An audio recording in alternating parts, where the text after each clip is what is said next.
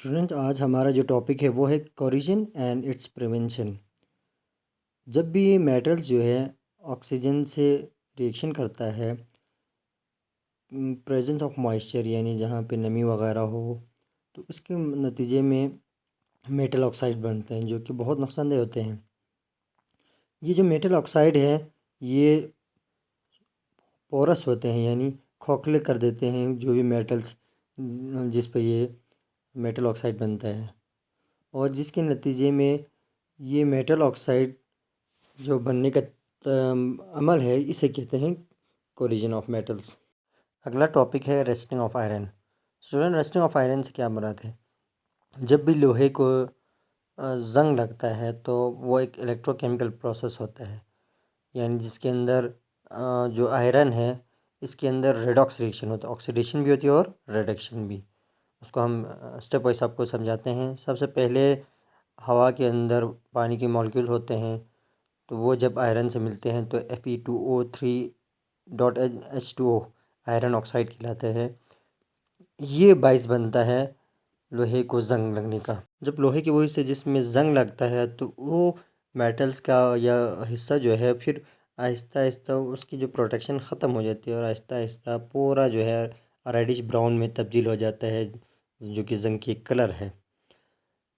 तो जब ये जो रस्टिंग जंग लगने का प्रोसेस होता है तो इसके अंदर मेटल के सरफेस के ऊपर जहाँ पे मॉइस्चर कम है यानी नमी कम है, वहाँ पे जो आयरन जो आयंस में तब्दील हो जाता है और वो एनोड के तौर पर रिएक्ट होता है।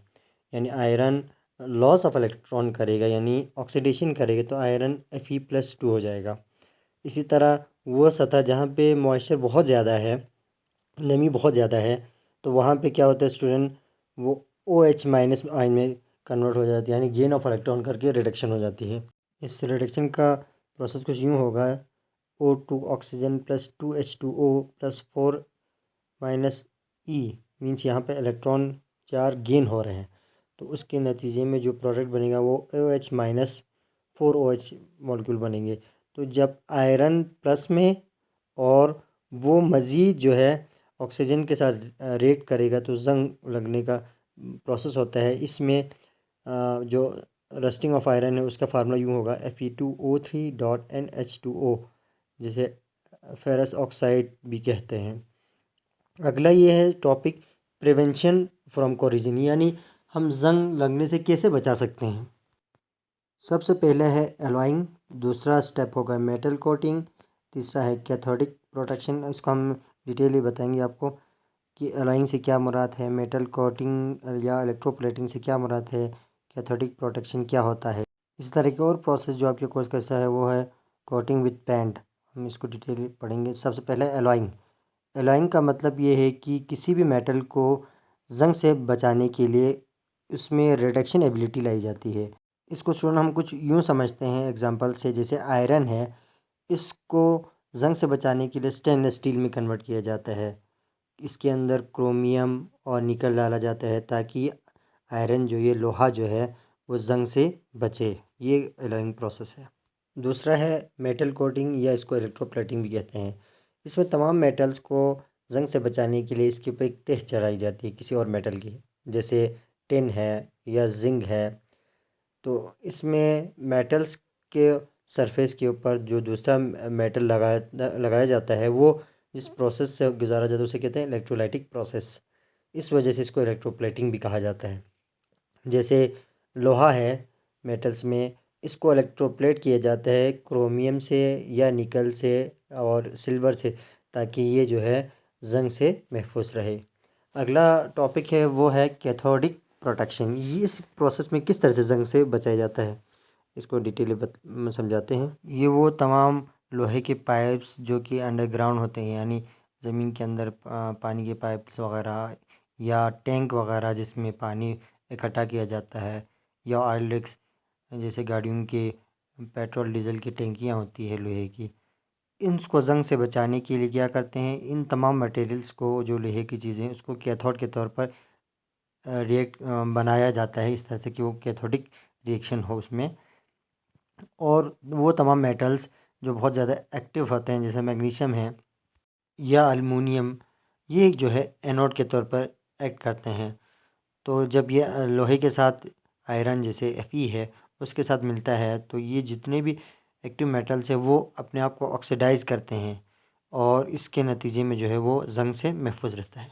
स्टूडेंट अगला जो टॉपिक है वो है कोटिंग विद पेंट, यानी ये ऐसा प्रोसेस है जिसमें लोहे को जंग से महफूज रखने के लिए उसके ऊपर रंग या रोगन डाला जाता है ताकि लोहे जो है वो ऑक्सीजन से रिएक्ट ना करे, जो कि हमारे माहौल में नमी है उसमें क्योंकि ऑक्सीजन मौजूद होता है उससे वो रिएक्शन ना करे। इसी तरह दूसरे केमिकल्स जो हमारे माहौल में मौजूद हैं उस से वो जो है बचाए जा सके रिएक्शन से, इस वजह से पेंट लगाया जाता है।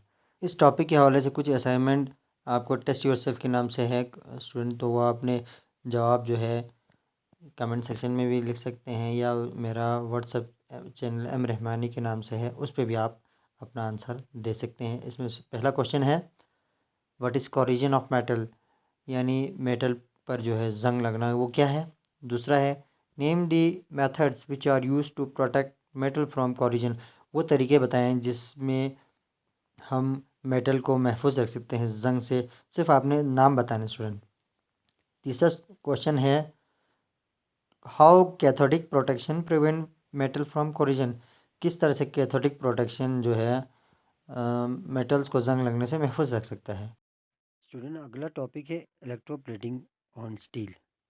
इलेक्ट्रोप्लेटिंग स्टील के ऊपर इस तरह से हो सकता है कि जब भी किसी मेटल के ऊपर दूसरी तह चढ़ती है इलेक्ट्रोलाइसिस की मदद से तो उसे इलेक्ट्रोप्लेटिंग कहते हैं। इसमें एक एग्जांपल जैसे टिन प्लेटिंग, आपको फिगर 7.6 में प्रोसेस नज़र आया स्टूडेंट की किस तरह से स्टील स्पून जो कि कैथोड के तौर पर एक्ट कर रहे हैं, जबकि टिन जो है जिसको हमने इसको प्लेट करना है वो एनोड के तौर पर रिएक्ट हो रहा है। और इस सोल्यूशन के अंदर जो आपको लाइट ब्लू और जो माइनस साइन नज़र आ रहा है ये असल में इलेक्ट्रोलाइट है जिससे जो है करंट गुजर सकती है, वो सोल्यूशन है। इसमें जो स्टील स्पून है इसको हमने क्या करना है एसिड बाई टिन सल्फेट जो इलेक्ट्रोलाइट के तौर पर इस्तेमाल हुआ है उसकी मदद से टिन प्लेटिंग करनी है, यानी टिन को हम केमिकली एसेंस से ज़ाहिर करते हैं स्टूडेंट। तो एक मेटल की तह है जो इस चम्मच के ऊपर आपने चढ़ाना है। इसमें क्या होता है सबसे पहले जब करंट इससे गुजरता है तो टिन जो है अपने आयंस में तकसीम हो जाता है Sn+2 में, और ये कैथोड जो है डिपॉजिट हो जाता है। और वो जो टिन है वो इलेक्ट्रोड फिर आहिस्ता आहिस्ता जब आयन में तब्दील हो जाता है तो जैसे टिन सल्फेट है ये चेंज हो जाएगा टिन प्लस प्लस और सल्फेट -2। अब ये जो टिन है ये 2 इलेक्ट्रॉन लॉस कर लेगा तो ये एनोड पे रिएक्शन होगा क्योंकि ऑक्सीडेशन है, और दोबारा से अपने आप को स्टेबलाइज करने के लिए कैथोड पे जाके इलेक्ट्रॉन गेन करेगा।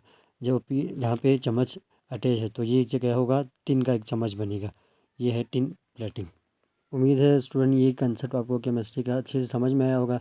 इससे रिलेटेड कोई क्वेश्चन या कम हो तो आप क्वेरीज वगैरह इसी में कमेंट सेक्शन में भी लिख सकते हैं या मेरा जो एम रहमानी का व्हाट्सअप चैनल है वहाँ पे भी आप अपने कमेंट्स या आंसर लिख सकते हैं। मिलते हैं केमिस्ट्री के मज़ीद इंटरेस्टिंग कंसेप्ट के साथ एक नई वीडियो में, तब तक के लिए अल्लाह हाफ़िज़।